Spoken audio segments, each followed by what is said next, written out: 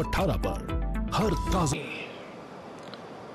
अहमदाबाद के नवनिर्वाचित मेयर श्रीमान किरीट भाई, साबरमती ट्रस्ट के ट्रस्टी श्री कार्तिकेय साराभाई और साबरमती आश्रम को समर्पित जिनका जीवन है, ऐसे आदरणीय अमृत मोदी जी, देश भर से हमारे साथ जुड़े हुए सभी महानुभाव, देवियों और सज्जनों और मेरे युवा साथियों, आज जब मैं सुबह दिल्ली से निकला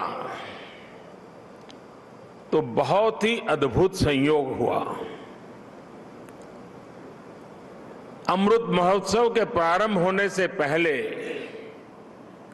आज देश की राजधानी में अमृत वर्षा भी हुई और वरुण देव ने आशीर्वाद भी दिया।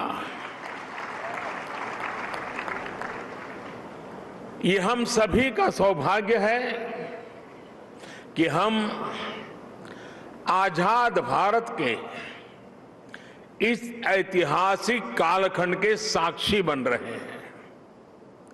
आज दांडी यात्रा की वर्षगांठ पर हम बापू की इस कर्मस्थली पर इतिहास बनते भी देख रहे हैं और इतिहास का हिस्सा भी बन रहे हैं। आज आजादी के अमृत महोत्सव का प्रारंभ हो रहा है, पहला दिन है। अमृत महोत्सव 15 अगस्त 2022 से 75 सप्ताह पूर्व आज प्रारंभ हुआ है और 15 अगस्त 2023 तक चलेगा। हमारे यहां मान्यता है कि जब कभी ऐसा अवसर आता है तब सारे तीर्थों का एक साथ संगम हो जाता है। आज एक राष्ट्र के रूप में भारत के लिए भी ऐसा ही पवित्र अवसर है। आज हमारे स्वाधीनता संग्राम के कितने ही पुण्य तीर्थ, कितने ही पवित्र केंद्र साबरमती आश्रम से जुड़े रहे हैं। स्वाधीनता संग्राम की पराकाष्ठा को प्रणाम करने वाली अंडमान की सेल्यूलर जेल, अरुणाचल प्रदेश से एंग्लो इंडियन वॉर की गवाह केकर मॉर्निंग की भूमि, मुंबई का अगस्त क्रांति मैदान, पंजाब का जलियांवाला बाग, उत्तर प्रदेश का मेरठ, काकोरी और झांसी, देश भर में ऐसे कितने ही स्थान पर आज एक साथ इस अमृत महोत्सव का श्री गणेश हो रहा है। ऐसा लग रहा है जैसे आजादी के असंख्य संघर्ष, असंख्य बलिदानों का और असंख्य तपस्याओं की ऊर्जा पूरे भारत में एक साथ पुनर्जागृत हो रही है। मैं इस पुण्य अवसर पर बापू के चरणों में अपने श्रद्धा सुमन अर्पित करता हूं। मैं देश के स्वाधीनता संग्राम में अपने आप को आहूत करने वाले, देश को नेतृत्व देने वाली सभी महान विभूतियों के चरणों में आदरपूर्वक नमन करता हूं, उनका कोटि कोटि वंदन करता हूं। मैं उन सभी वीर जवानों को भी नमन करता हूं जिन्होंने आजादी के बाद भी राष्ट्र रक्षा की परंपरा को जीवित रखा, देश की रक्षा के लिए सर्वोच्च बलिदान दिए, शहीद हो गए। जिन पुण्य आत्माओं ने आजाद भारत के पुनर्निर्माण में प्रगति की एक एक ईंट रखी, 75 वर्ष में देश को यहां तक लाए, मैं उन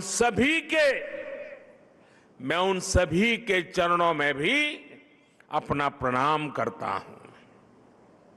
साथियों, जब हम गुलामी के उस दौर की कल्पना करते हैं जहां करोड़ों करोड़ लोगों ने सदियों तक आजादी की एक सुबह का इंतजार किया, तब ये एहसास और बढ़ता है कि आजादी के 75 साल का अवसर कितना ऐतिहासिक है, कितना गौरवशाली है। इस पर्व में शाश्वत भारत की परंपरा भी है, स्वाधीनता संग्राम की परछाई भी है और आजाद भारत के गौरवान्वित करने वाली प्रगति भी है। इसलिए अभी आपके सामने जो प्रेजेंटेशन रखा गया, उसमें अमृत महोत्सव के 5 स्तंभों पर विशेष जोर दिया गया है। Freedom struggle, ideas at 75, achievements at 75, actions at 75 और रिजॉल्व्स एट 75। ये पांचों स्तंभ आजादी की लड़ाई के साथ साथ आजाद भारत के सपनों और कर्तव्यों को देश के सामने रखकर आगे बढ़ने की प्रेरणा देंगे। इन्हीं संदेशों के आधार पर आज अमृत महोत्सव की वेबसाइट के साथ चरखा अभियान और आत्मनिर्भर इंक्यूबेटर को भी लॉन्च किया गया है। भाइयों और बहनों, इतिहास साक्षी है कि किसी राष्ट्र का गौरव तभी जागृत रहता है जब वो अपने स्वाभिमान और बलिदान की परंपराओं को अगली पीढ़ी को भी सिखाता है, संस्कारित करता है, उन्हें इसके लिए निरंतर प्रेरित करता है। किसी राष्ट्र का भविष्य तभी उज्जवल होता है जब वो अपने अतीत के अनुभवों और विरासत के गर्व से पल पल जुड़ा रहता है। फिर भारत के पास तो गर्व करने के लिए अथाह भंडार है, समृद्ध इतिहास है,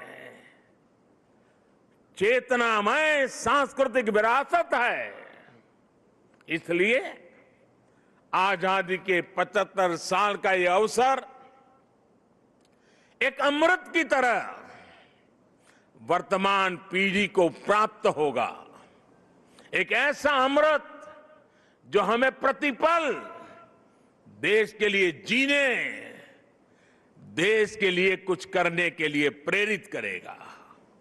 साथियों, हमारे यहां वेदों में एक वाक्य है, मृत्यो मृक्षीय मामृताम, अर्थात हम दुख, कष्ट, क्लेश और विनाश से निकलकर अमृत की तरफ बढ़ें, अमरता की ओर बढ़ें। यही संकल्प आजादी के इस अमृत महोत्सव का भी है। आजादी का अमृत महोत्सव यानी आजादी की ऊर्जा का अमृत।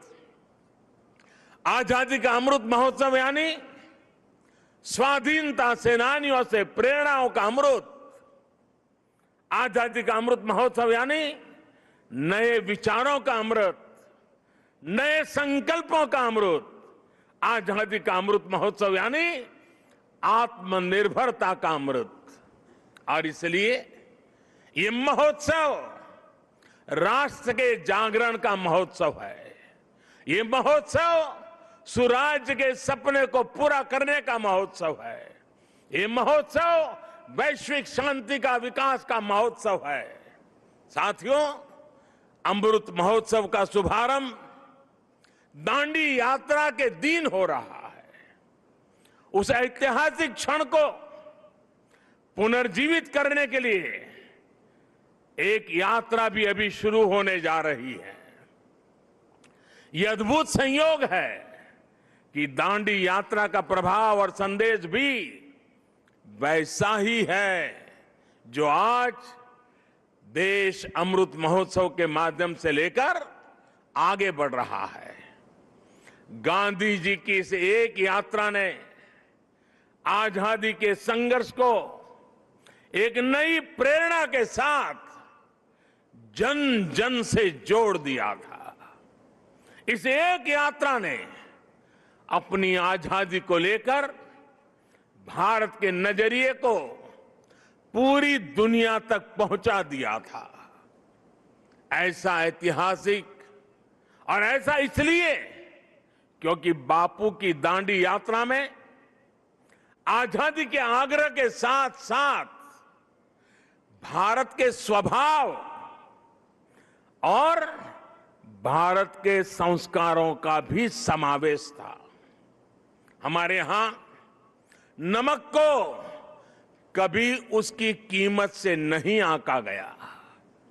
हमारे यहां नमक का मतलब है ईमानदारी। हमारे यहां नमक का मतलब है विश्वास। हमारे यहां नमक का मतलब है वफादारी। हम आज भी कहते हैं कि हमने देश का नमक खाया है। ऐसा इसलिए नहीं क्योंकि नमक कोई बहुत कीमती चीज है। ऐसा इसलिए क्योंकि नमक हमारे यहां श्रम और समानता का प्रतीक है। उस दौर में नमक भारत की आत्मनिर्भरता का एक प्रतीक था। अंग्रेजों ने भारत के मूल्यों के साथ साथ इस आत्मनिर्भरता पर भी चोट की। भारत के लोगों को इंग्लैंड से आने वाले नमक पर निर्भर हो जाना पड़े।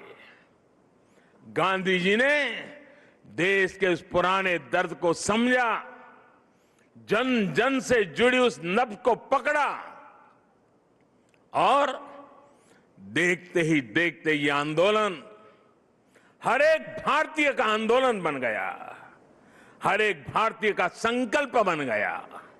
साथियों, इसी तरह आजादी की लड़ाई में अलग अलग संग्रामों, अलग अलग घटनाओं की भी अपनी प्रेरणाएं हैं, अपने संदेश हैं, जिन्हें आज का भारत आत्मसात कर आगे बढ़ सकता है।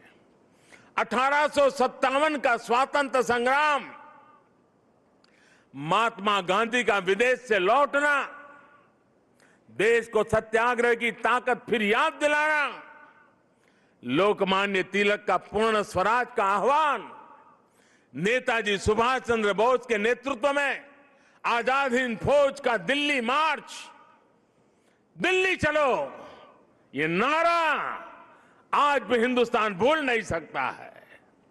1942 का अविस्मरणीय आंदोलन, अंग्रेजों भारत छोड़ो का वो उद्घोष, ऐसे कितने ही अनगिनत पड़ाव जिनसे हम प्रेरणा लेते हैं, ऊर्जा लेते हैं। ऐसे कितने ही हुतात्मा सेनानी हैं जिनके प्रति देश हर रोज अपनी कृतज्ञता व्यक्त करता है। 1857 की क्रांति के मंगल पांडे, तात्या टोपे जैसे वीर हों, अंग्रेजों की फौज के सामने निर्भीक गर्जना करने वाली रानी लक्ष्मीबाई हो, कित्तूर की रानी चेन्नम्मा हो, रानी गाइडिन ल्यू हो, चंद्रशेखर आजाद, रामप्रसाद बिस्मिल, भगत सिंह, सुखदेव, राजगुरु, अतफाउल्लाह खां, गुरुराम सिंह, टिटू जी, पोल रामास्वामी जैसे वीर हो, या फिर पंडित नेहरू, सरदार पटेल, बाबा साहब आंबेडकर, सुभाष चंद्र बोस, मौलाना आजाद, खान अब्दुल गफार खान, वीर सावरकर जैसे अनगिनत जननायक, ये सभी महान व्यक्तित्व आजादी के आंदोलन के पथदर्शक रहे हैं। आज इन्हीं के सपनों को भारत बनाने के लिए, उनके सपनों का भारत बनाने के लिए हम सामूहिक संकल्प ले रहे हैं, इनसे प्रेरणा ले रहे हैं। साथियों, हमारे स्वाधीनता संग्राम में ऐसे भी कितने आंदोलन हैं, कितने ही संघर्ष हैं जो देश के सामने उस रूप में नहीं आए जैसे आने चाहिए थे। ये एक एक संग्राम, संघर्ष अपने आप में भारत की असत्य के खिलाफ सत्य की सशक्त घोषणाएं हैं। एक एक संग्राम भारत के स्वाधीन स्वभाव के सबूत है। ये संग्राम इस बात का भी साक्षात प्रमाण है कि अन्याय, शोषण और हिंसा के खिलाफ भारत की जो चेतना राम के युग में थी, महाभारत के कुरुक्षेत्र में थी, हल्दी घाटी की रणभूमि में थी, शिवाजी के उद्घोष में थी, वही शाश्वत चेतना, वही अदम्य शौर्य भारत के हर क्षेत्र, हर वर्ग और हर समाज ने आजादी की लड़ाई में अपने भीतर प्रज्वलित करके रखा था। जननी जन्मभूमिश्च स्वर्गादपि करियसी, ये मंत्र आज भी हमें प्रेरणा देता है।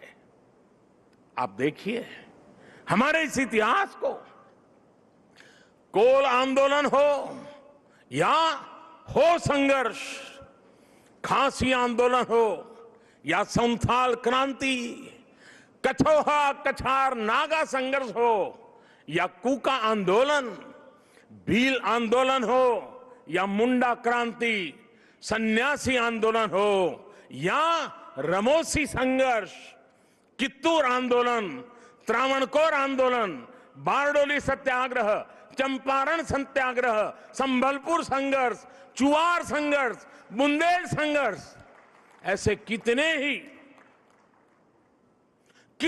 ही संघर्ष और आंदोलनों ने देश के हर भूभाग को, हर कालखंड में आजादी की ज्योति से प्रज्वलित रखा। इस दौरान हमारी सिख गुरु परंपरा ने देश की संस्कृति, अपने रीति रिवाज की रक्षा के लिए हमें नई ऊर्जा दी, प्रेरणा दी, त्याग और बलिदान का रास्ता दिखाया। और इसका एक और अहम पक्ष है जो हमें बार बार याद करना चाहिए।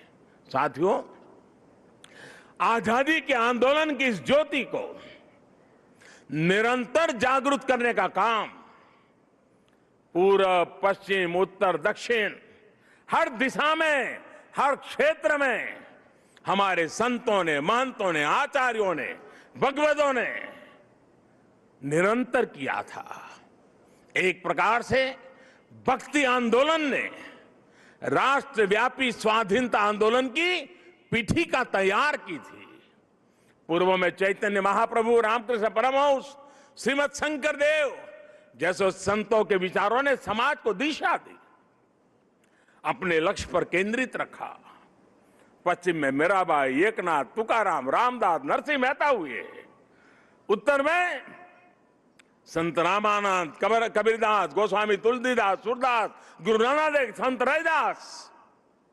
दक्षिण में माधवाचार्य, निम्बाकारचार्य, वल्लभाचार्य, रामानुजाचार्य हुए। भक्ति काल के इसी खंड में मलिक मोहम्मद जायसी, रसखान, सूरदास, केशवदास, विद्यापति जैसे महानुभावों ने अपनी रचनाओं से समाज को अपनी कमियां सुधारने के लिए प्रेरित किया।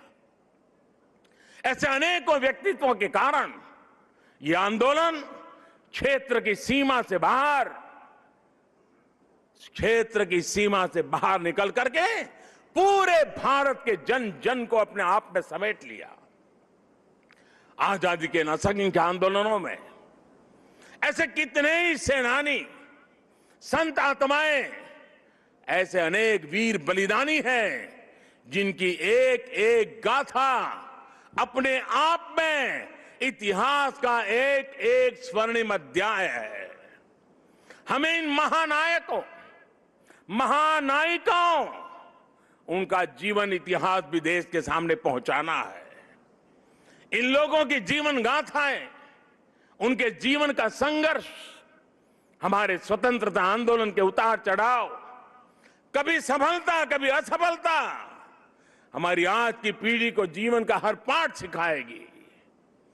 एकजुटता क्या होती है, लक्ष्य को पाने की जिद क्या होती है, जीवन का हर रंग वो और बेहतर तरीके से समझेंगे। भाई और बहनों, आपको याद होगा इसी भूमि के वीर सपूत श्यामजी कृष्ण वर्मा अंग्रेजों की धरती पर रहकर उनकी नाक के नीचे जीवन की आखिरी सांस तक आजादी के लिए संघर्ष करते रहे, लेकिन उनकी अस्थियां 7 दशकों तक इंतजार करती रही कि कब उन्हें भारत माता की गोद नसीब होगी।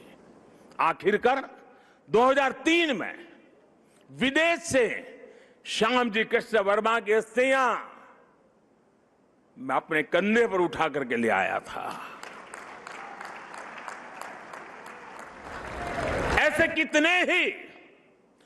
कितने ही सेनानी हैं, देश पर अपना सब कुछ समर्पित कर देने वाले लोग हैं।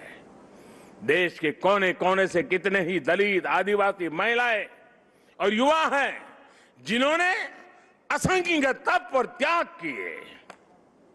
याद करिए तमिलनाडु के 32 वर्षीय नौजवान कोडिकात कुमरन, उनको याद कीजिए। अंग्रेजों ने उस नौजवान को सिर में गोली मार दी, लेकिन उन्होंने मरते हुए भी देश के झंडे को जमीन में नहीं गिरने दिया। तमिलनाडु में उनके नाम से ही कोडिकात शब्द जुड़ गया, जिसका अर्थ है झंडे को बचाने वाला। तमिलनाडु की ही वेलु नाचियार वो पहली महारानी थी जिन्होंने अंग्रेजी हुकूमत के खिलाफ लड़ाई लड़ी थी। इसी तरह हमारे देश के आदिवासी समाज ने अपनी वीरता और पराक्रम से लगातार विदेशी हुकूमत को घुटनों पर लाने का काम किया। झारखंड में भगवान बिरसा मुंडा, उन्होंने अंग्रेजों को चुनौती दी थी। तो मुर्मू भाइयों ने संथाल आंदोलन का नेतृत्व किया था। ओडिशा के चक्रा बिसोई ने लड़ाई छेड़ी तो लक्ष्मण नायक ने गांधीवादी तरीकों से चेतना फैलाई। आंध्र प्रदेश में मन्यम विरुडी यानी जंगलों के हीरो अल्लूरी सीराराम राजू ने रंपा आंदोलन का बिगुल फूंका था। पासलथा खुंगचेरा ने मिजोरम की पहाड़ियों में अंग्रेजों से लोहा लिया था। ऐसे ही गोमधर, कंवर, लसित बोरफुकन और सीरत सिंह जैसे असम और पूर्वोत्तर के अनेकों स्वाधीनता सेनानी थे जिन्होंने देश की आजादी में योगदान दिया है। यहां गुजरात में बड़ौदा के पास जांबुगाड़ा जाने के रास्ते पर हमारे नायका कौम के आदिवासियों को बलिदान कैसे भूल सकते हैं। मानगढ़ में गोविंद गुरु के नेतृत्व में सैकड़ों आदिवासियों का नरसंहार हुआ। उन्होंने लड़ाई लड़ी। देश इनके बलिदान को हमेशा याद रखेगा। साथियों, मां भारती के ऐसे ही वीर सपूतों का इतिहास देश के कोने कोने में, गांव गांव में है।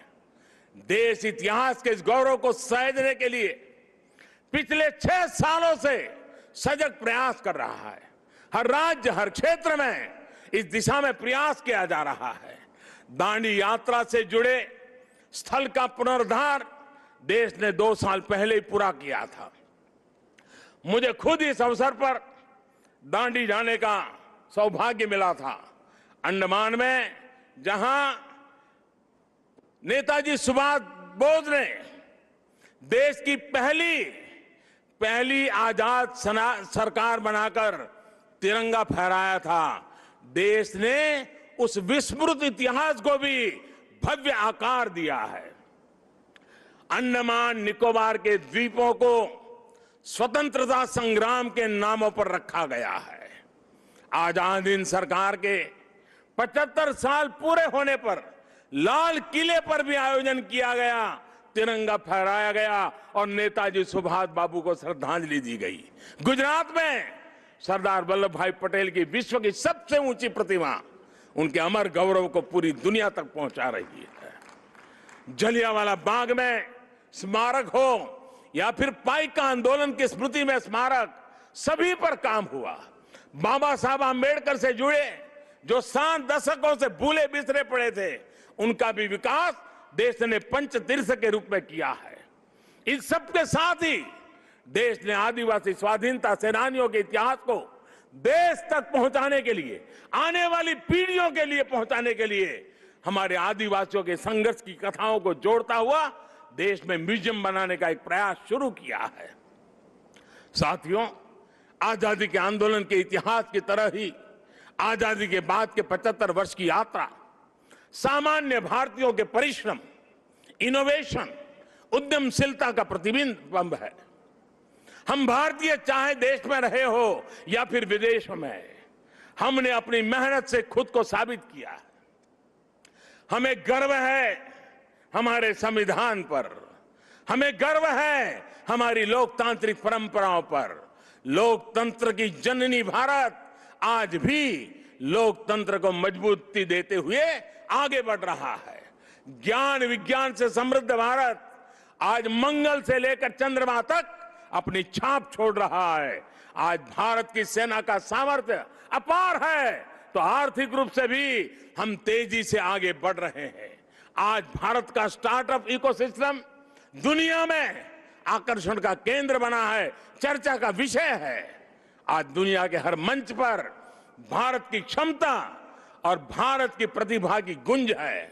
आज भारत अभाव के अंधकार से बाहर निकलकर 130 करोड़ से अधिक आकांक्षाओं की पूर्ति के लिए आगे बढ़ रहा है।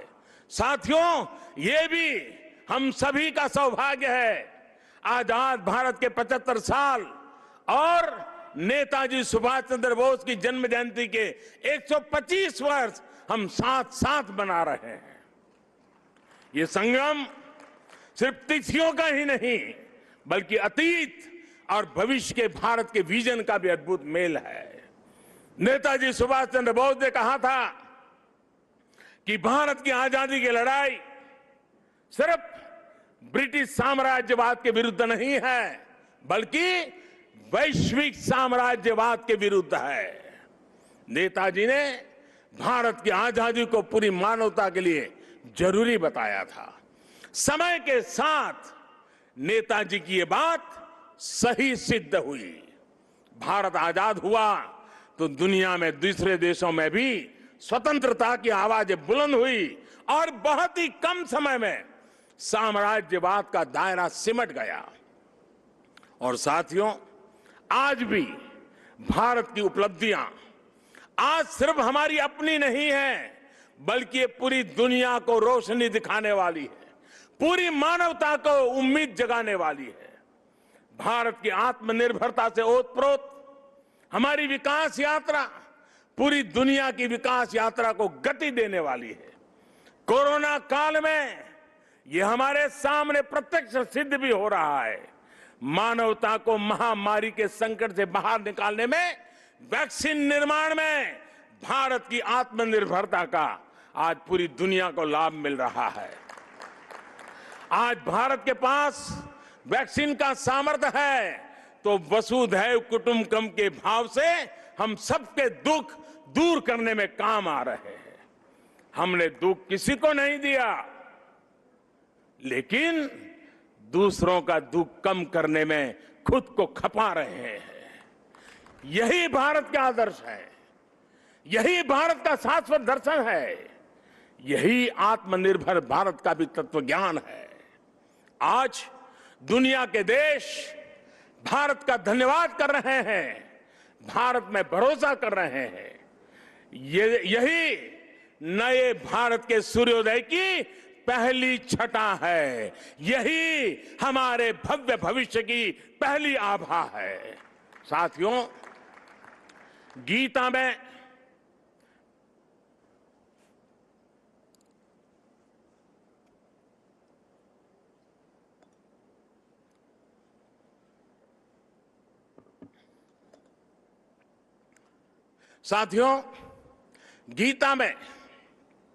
भगवान श्री कृष्ण ने कहा है, सम दुख सुखम धीरम सह, सम दुख सुखम धीरम सह अमृतत्वाय कल्पते। अर्थात जो सुख दुख आराम चुनौतियों के बीच भी धैर्य के साथ अटल अड़िग और सम रहता है, वही अमृत को प्राप्त करता है, अमरत्व को प्राप्त करता है।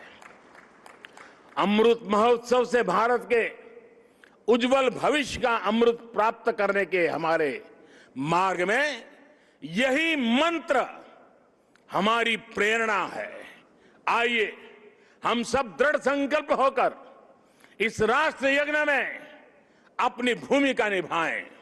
साथियों, आजादी के अमृत महोत्सव के दौरान देशवासियों के सुझावों से, उनके मौलिक विचारों से अनगिनत असंख्य आइडिया निकलेंगे। कुछ बातें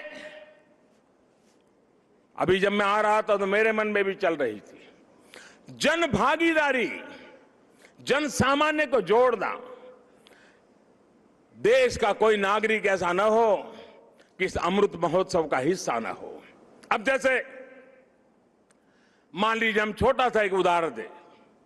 अब सभी स्कूल कॉलेज आजादी से जुड़ी हुई 75 घटनाओं का संकलन करें। हर स्कूल तय करे कि हमारी स्कूल आजादी के 75 घटनाओं का संकलन करेगी।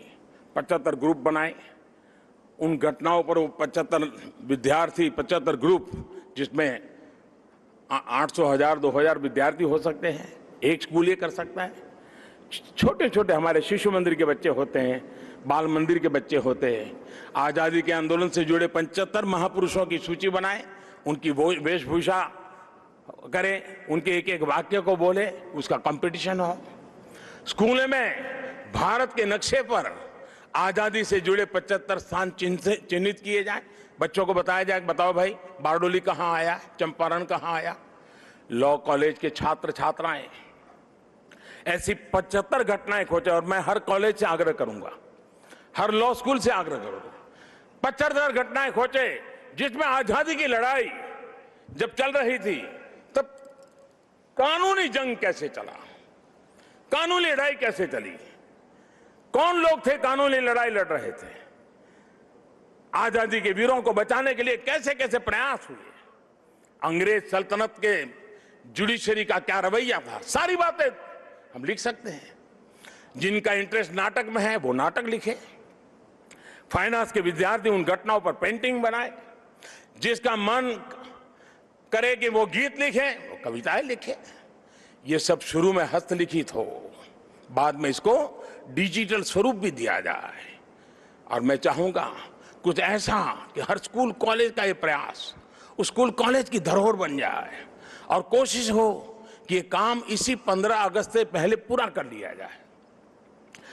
अब देखिए, पूरी तरह वैचारिक अधिष्ठान तैयार हो जाएगा। बाद में इसे जिला व्यापी, राज्यव्यापी, देशव्यापी स्पर्धाएं भी आयोजित हो सकती हैं। हमारे युवा, हमारे स्कॉलर्स ये जिम्मेदारी उठाएं कि वो हमारे स्वाधीनता सेनानियों के इतिहास लेखन में देश के प्रयासों को पूरा करेंगे। आजादी के आंदोलन में और उसके बाद हमारे समाज की जो उपलब्धियां रही है उन्हें दुनिया के सामने और प्रखरता से लाएंगे। मैं कला, साहित्य, नाट्य जगत, फिल्म जगत और डिजिटल एंटरटेनमेंट से जुड़े लोगों से भी आग्रह करूंगा। कितनी अद्वितीय कहानियां हमारे अतीत में बिखरी पड़ी है, इन्हें तलाशिए, इन्हें जीवंत कीजिए, आने वाली पीढ़ी के लिए तैयार कीजिए। अतीत से सीखकर भविष्य के निर्माण की जिम्मेदारी हमारे युवाओं को ही उठानी है। साइंस हो, टेक्नोलॉजी हो, मेडिकल हो, पॉलिटिक्स हो, आर्ट हो, कल्चर हो, आप जिस भी फील्ड में हैं, अपनी फील्ड का कल, आने वाला कल बेहतर कैसे हो, इसके लिए प्रयास किया जाए। मुझे विश्वास है कि 130 करोड़ देशवासी आजादी के इस अमृत महोत्सव से जब जुड़ेंगे, लाखों स्वाधीनता सेनानियों से प्रेरणा लेंगे, तो भारत बड़े से बड़े लक्ष्यों को पूरा करके रहेगा। अगर हम देश के लिए,